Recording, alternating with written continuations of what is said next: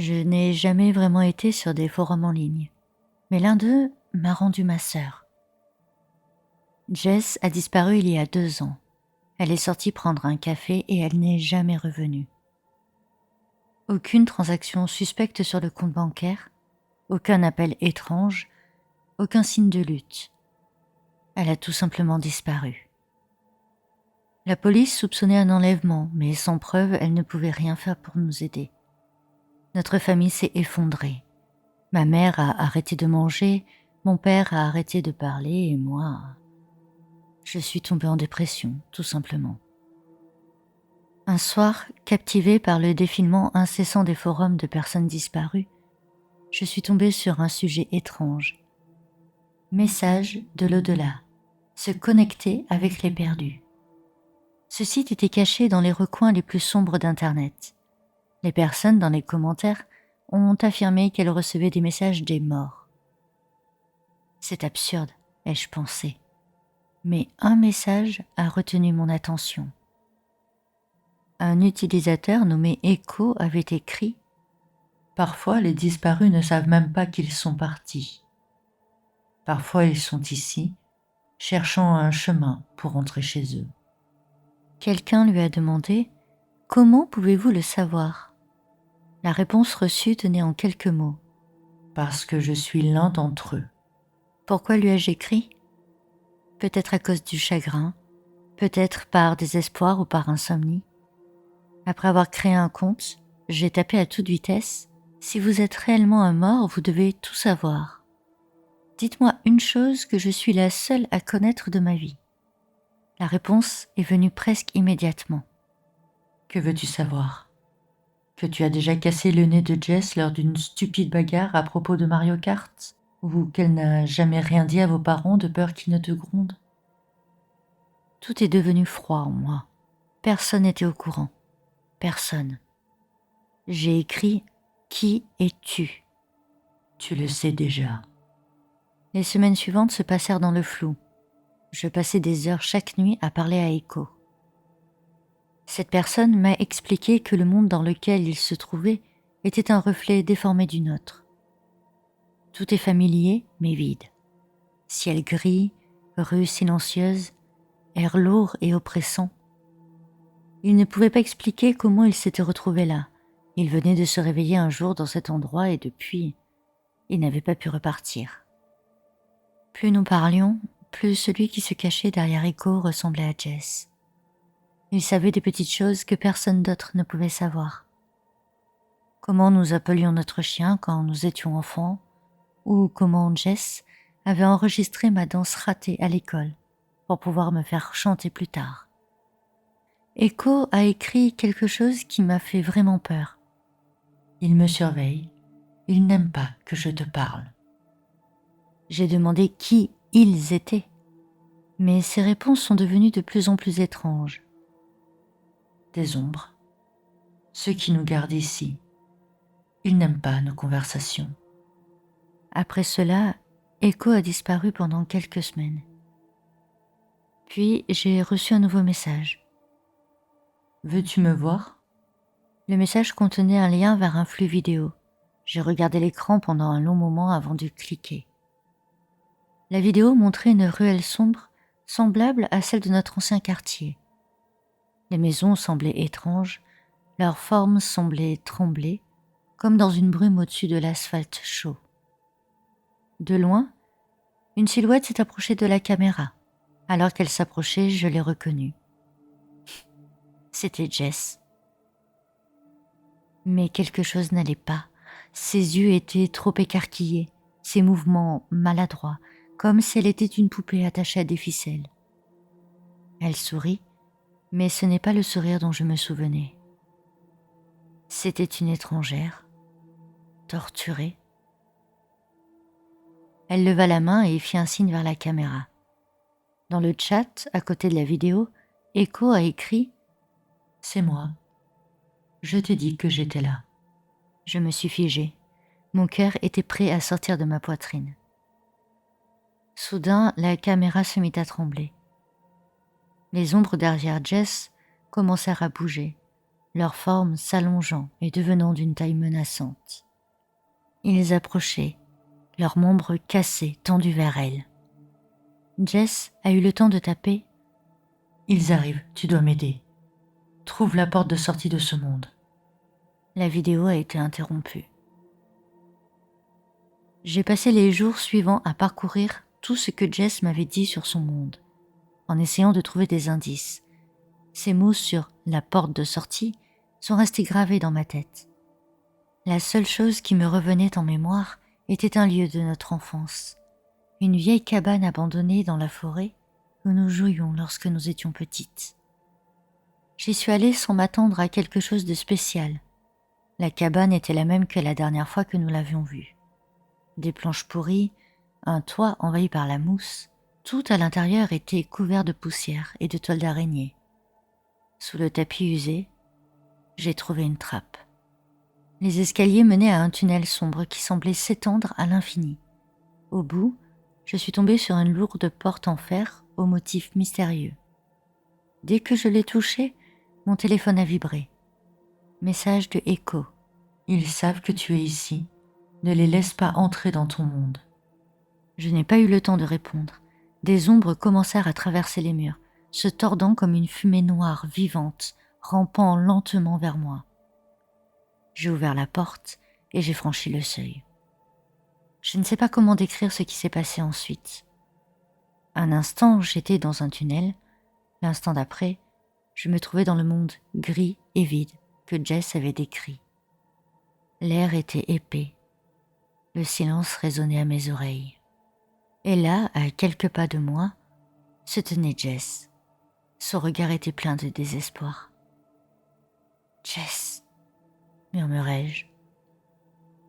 Elle voulait dire quelque chose, mais des ombres surgirent derrière elle et se précipitèrent vers Jess avec une vitesse effrayante, comme une tempête noire. Son visage se tordit de peur. « Cours !» cria-t-elle presque. C'était la dernière fois que j'ai vu ma sœur. Son cri a résonné dans ce monde vide, puis je me suis réveillée dans mon lit. Par terre, à côté de moi, j'ai trouvé un morceau de papier. Sur celui-ci, écrit de la main de Jess, se trouvaient les mots « Ne t'arrête jamais de courir dans tes rêves. Maintenant, ils savent que c'est toi, la porte de sortie, qui les libérera. »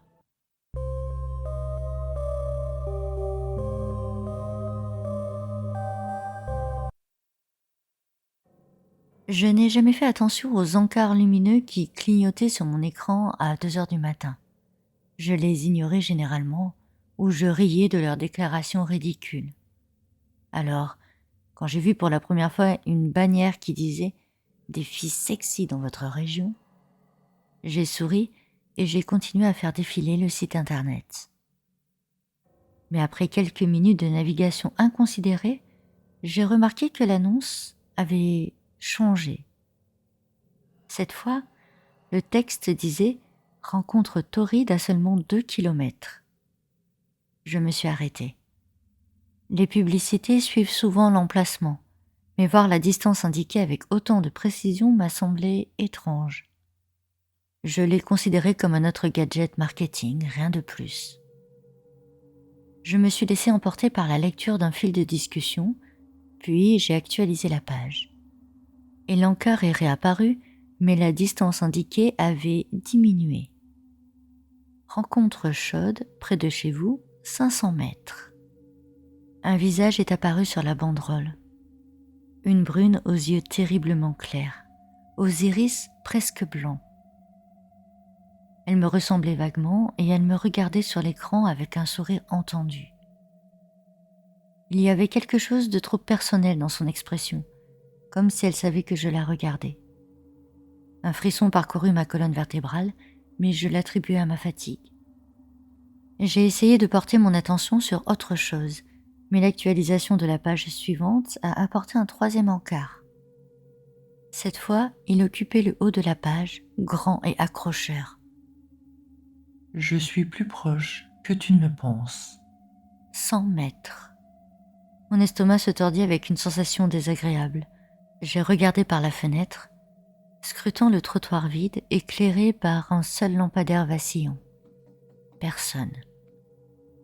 J'ai essayé de rationaliser. La publicité peut être hyper ciblée, certes, mais à 100 mètres, c'était presque la porte de ma résidence. Je me suis dit qu'il serait mieux d'ignorer cette publicité, mais la situation n'a fait qu'empirer. Une autre bannière est apparue avec la même femme. Mais maintenant, ses traits du visage semblaient menaçants. Son visage était allongé et son sourire trop large, presque comme celui d'un prédateur. Sous le texte, il était écrit « Nous te voyons. » 50 mètres. Un frisson me parcourut le dos. Nous, d'autres personnages apparaissaient à l'arrière-plan, des femmes avec les mêmes yeux pâles, toutes penchées en avant, comme si elles essayaient de se rapprocher de l'écran. J'ai essayé de fermer la page, mais elle s'est figée. Tout était rempli d'une publicité clignotante. « Nous sommes là. » 10 mètres. Mon cœur battait plus vite. 10 mètres, c'est pratiquement ma porte d'entrée. J'ai sauté de ma chaise et j'ai couru vers la fenêtre, écartant brusquement les rideaux. Encore rien. Juste ma rue, tranquille. Mais l'ambiance avait changé. Il semblait que quelqu'un regardait derrière la lumière de la lanterne. Lorsque je suis revenue à l'ordinateur, l'annonce a encore changé. « Nous sommes à ta porte. Ouvre-nous. » Un bruit sourd me fit me retourner. La poignée de la porte d'entrée trembla, sursauta. Quelqu'un ou quelque chose essayait de pénétrer à l'intérieur. Mon regard revint vers l'écran où une nouvelle image apparut, remplaçant les publicités précédentes. C'était une photo de mon appartement prise depuis le trottoir. La photo montrait la lumière devant ma fenêtre allumée et ma plante en pot à gauche de cette dernière. Au premier plan se tenait la même brune. Elle avait l'air anormalement grande, son visage partiellement obscurci par une ombre que je n'arrivais pas à décrire.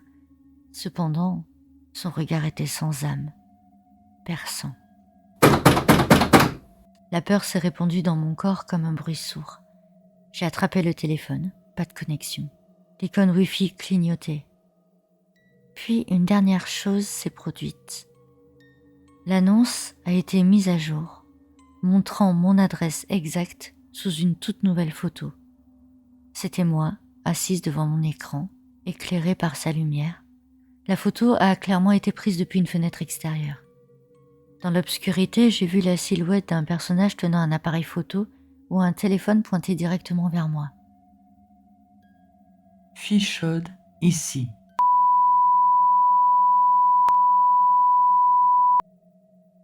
Cette fois, c'était mon adresse qui était indiquée. Avant que je puisse faire quoi que ce soit, fermer l'ordinateur portable ou appeler la police, l'écran est devenu complètement noir.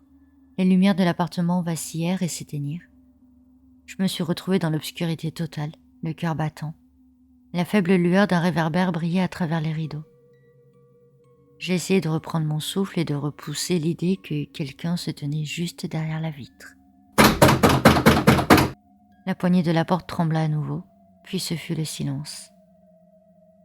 Je ne sais pas combien de temps je suis restée dans le noir, écoutant chaque son et attendant le moindre mouvement. À un moment donné, les lumières se sont allumées et j'ai entendu un léger bourdonnement. C'était celui de l'ordinateur portable. L'écran est resté noir, mais le voyant d'alimentation a clignoté comme pour me taquiner, me poussant à rouvrir l'appareil. Je ne pouvais pas bouger. Je ne pouvais pas me résoudre à vérifier si cette terrible image était toujours à l'écran. Je ne pouvais pas regarder par la fenêtre si quelqu'un se cachait derrière la vitre. Désormais, chaque fois que je ferme les yeux, je vois cette bannière. Des visages déformés, des yeux trop brillants, trop affamés. Ils sont si proches. Peut-être qu'elles sont encore là, dans la nuit, à attendre que ma curiosité me pousse à cliquer sur le lien. Elles attendent que je cède. Si vous les voyez, n'actualisez pas la page, ne cliquez pas, ne regardez même pas l'annonce. Parce qu'une fois qu'elles savent où vous êtes, elles ne vous vendent pas de rendez-vous, non. Elles viennent directement à vous. Et la prochaine fois que vous regarderez l'écran, vous verrez peut-être votre propre visage vous regarder de l'autre côté de la vitre.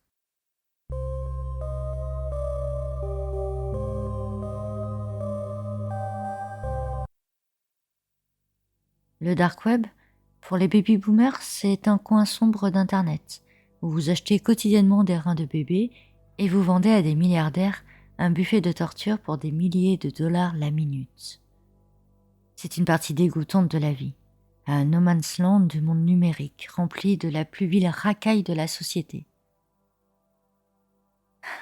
C'est aussi ennuyeux là-bas. Vous voyez, le dark web n'est pas si différent du web classique. Bien sûr, son nom est plus cool, il est plus privé, mais la plupart des gens l'utilisent pour les mêmes conneries qu'ici. Réseaux sociaux? Oui. Des achats? Bien sûr.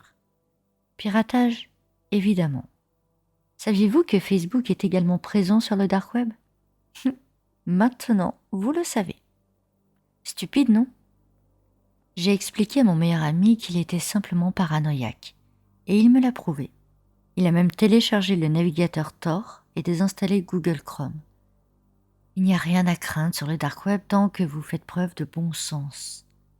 Au cours d'une longue nuit de beuverie en solo, je suis tombée sur le site. Avant cela, je traînais avec Jules, mon meilleur ami depuis l'enfance, me remémorant le bon vieux temps où notre professeur de sport du collège escaladait les murs avec rage.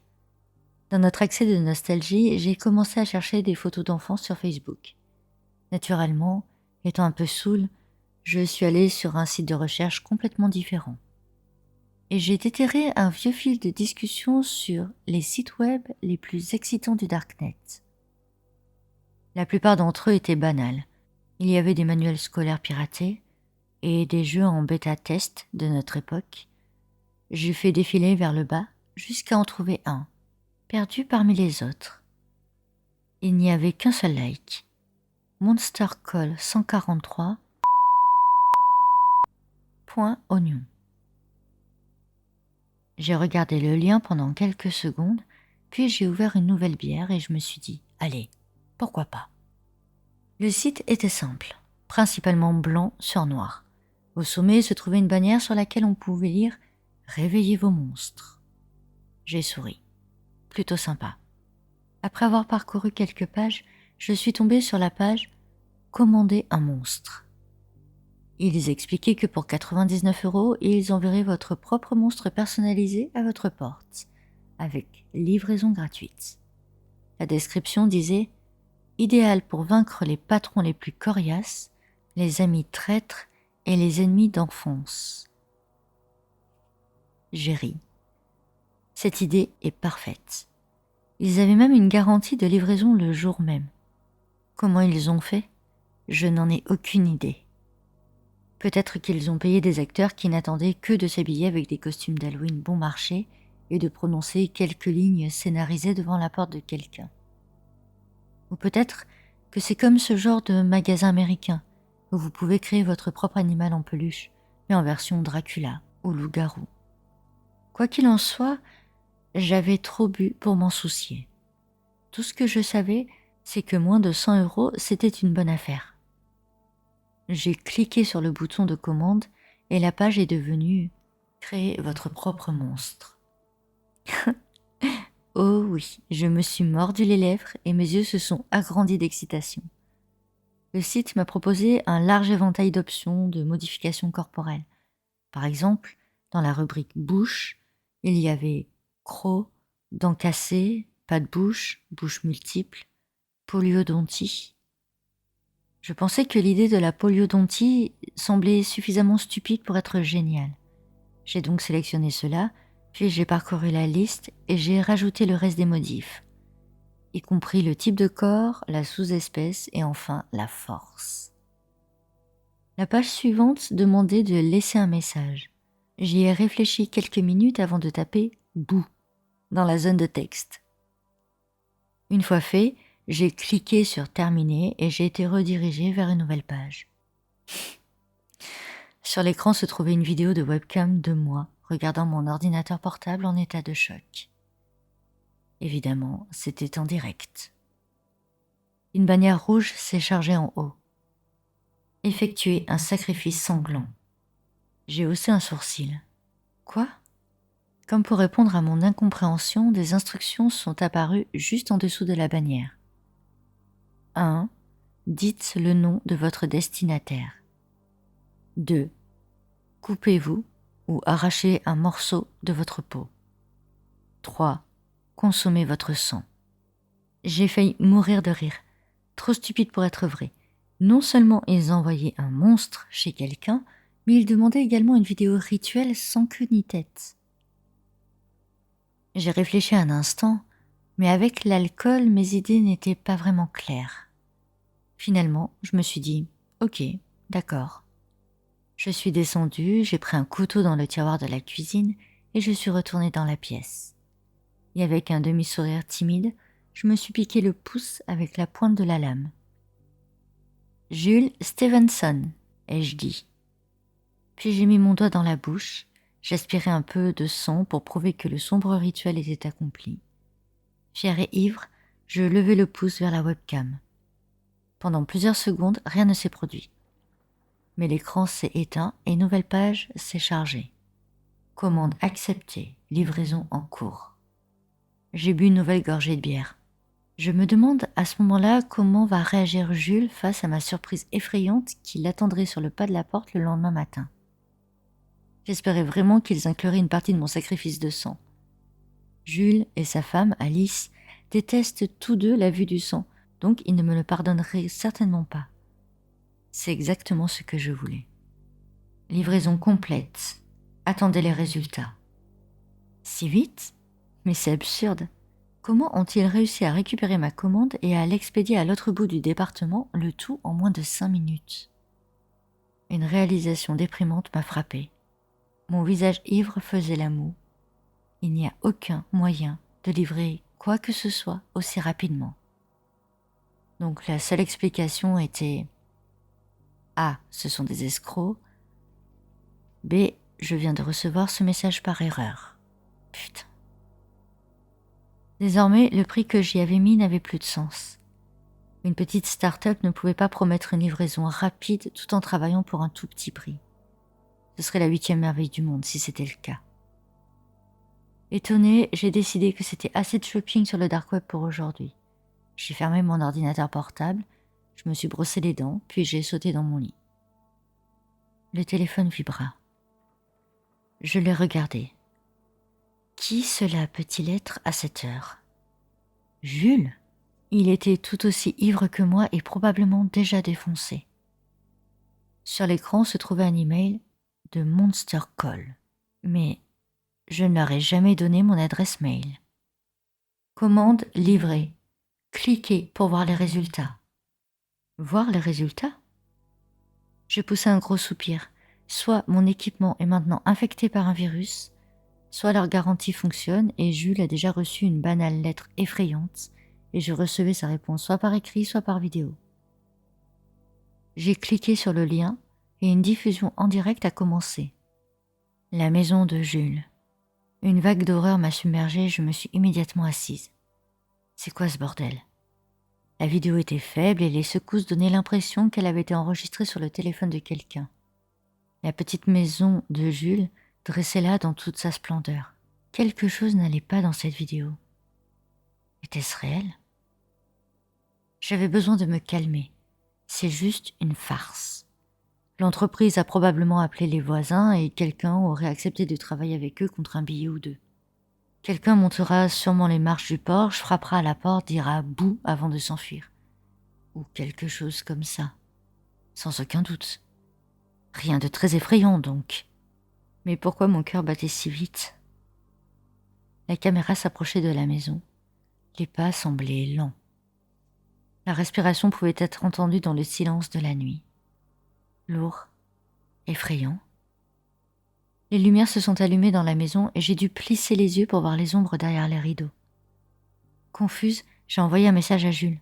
« Mec, tu as reçu mon colis ? Haha. » Sauve-nous. Quoi ? Il est dans ma maison. Des taches sombres éclaboussaient les rideaux. Une seconde plus tard, une femme a crié. La fenêtre est tombée en morceaux. 2 mains apparurent entre les rideaux flottants, agrippant le rebord de la fenêtre. 2 autres saisirent le haut. Une silhouette chancela par la fenêtre. Elle semblait familière. Bon sang, elle avait l'air familière. Grand de 2 mètres et demi, avec des grandes ailes de gargouille déployées, 4 bras tordus et musclés serrés en poing, l'homme, derrière la caméra, recula en marmonnant d'horreur. La créature tourna son attention vers lui. La vidéo était tremblante.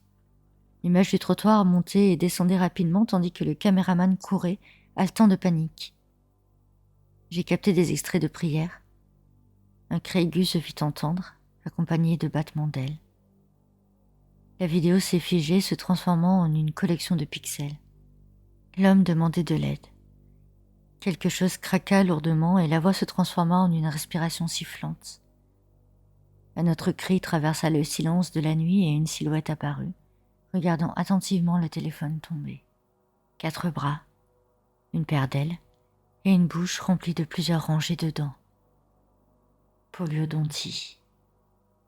Je me suis penchée, retenant mon vomi. Un homme d'une 30aine d'années était suspendu dans l'une des mains de la créature, luttant sans succès contre le pouvoir du monstre. C'était comme si ma poitrine avait été brisée. L'homme se retrouva près de la bouche et le monstre la mordit lentement. Ses jambes dansaient de douleur jusqu'à ce que ses dents commencent à tourner comme un mixeur, arrachant le cuir chevelu du crâne de la victime. La bête relâcha son emprise, déplia ses énormes ailes et s'envola dans le ciel. Quelques instants plus tard, des cris étouffés se firent entendre. Le claquement de talons retentit sur le trottoir, puis encore des cris. Les voisins paniqués ont finalement appelé la police. J'ai baissé le téléphone avec horreur. C'est une blague. Cela ne pouvait pas être vrai. C'était juste un montage. Simplement un montage. J'en étais certaine. De nos jours, les effets visuels sont très réalistes grâce à l'intelligence artificielle. Le lendemain, j'ai reçu un appel des parents de Jules. Sa mère essaya de dire quelque chose, mais put à peine retenir ses larmes. Les cris du père résonnaient au fond de la pièce, et c'est finalement la sœur de Jules qui a pris le téléphone. Elle m'a expliqué que quelque chose de terrible s'était produit pendant la nuit. Mon cœur commença à battre dans ma poitrine. Que s'est-il passé ? J'essayais de ne pas laisser transparaître ma peur. Il n'y avait rien à craindre, les monstres n'existent pas, je le savais. Ce n'est pas facile à dire, et c'est encore plus difficile à entendre. Mais hier soir, quelqu'un est entré par effraction dans la maison de Jules et Alice, vers 2 heures du matin. Ma bouche s'ouvrit légèrement en silence, mes mains se mirent à trembler sans pitié. Une terrible coïncidence, juste une terrible coïncidence. Je ne sais pas comment le dire, alors je vais le dire directement. Elle prit une profonde inspiration, et quand elle reprit la parole, sa voix était aussi cassante que du verre. L'intrus qui est rentré par effraction dans la maison, il les a mutilés. Mutilés ? J'ai failli crier. Oh mon Dieu ! Oui, je suis désolée de dire tout ça, mais tu étais sa meilleure amie et je pense qu'il vaut mieux l'entendre de moi que par les informations. Elle fit une pause, comme pour rassembler son courage. Selon la police, ce psychopathe leur a arraché le visage. La nausée me monta à la gorge. Oh mon Dieu, je suis vraiment désolée. J'ai passé ma main dans mes cheveux et je les serrai avec force pour laisser la douleur me réveiller de ce cauchemar. S'il te plaît, Angèle, laisse-moi m'occuper des arrangements funéraires. Toi et tes parents devriez prendre ce temps pour faire votre deuil, alors... C'est justement ça, m'interrompit Angélique, la voix tremblante d'émotion. Il n'y aura pas de funérailles. Quoi ? Ils sont vivants. Ce salaud les a laissés mutilés et agonisants, mais vivants. Il voulait juste les faire souffrir. L'enquête est en cours, mais il n'y a pas encore de preuves. Le seul indice était une note froissée que la police a trouvée sur le pas de la porte. Une note ? J'ai avalé ma salive avec difficulté. Et... il y avait marqué quoi ? Commande terminée, en espérant que vous soyez satisfait de votre achat. Monster Call.